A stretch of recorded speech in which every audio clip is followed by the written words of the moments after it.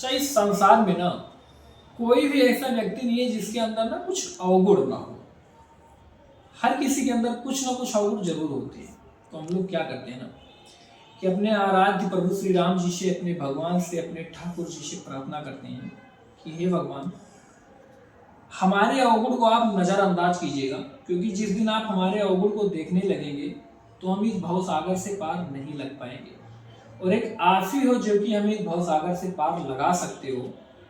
तो आइए एक भजन के माध्यम से हम लोग अपने प्रभु से प्रार्थना करते हैं, प्रभु हमको इस भव सागर से पार लगाइएगा।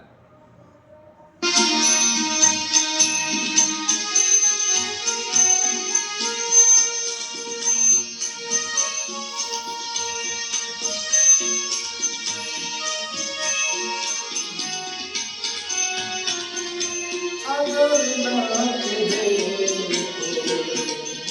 अवगुण हमारे,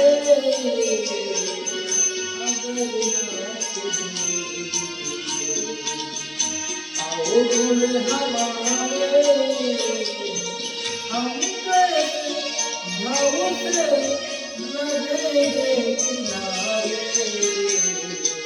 अगर ना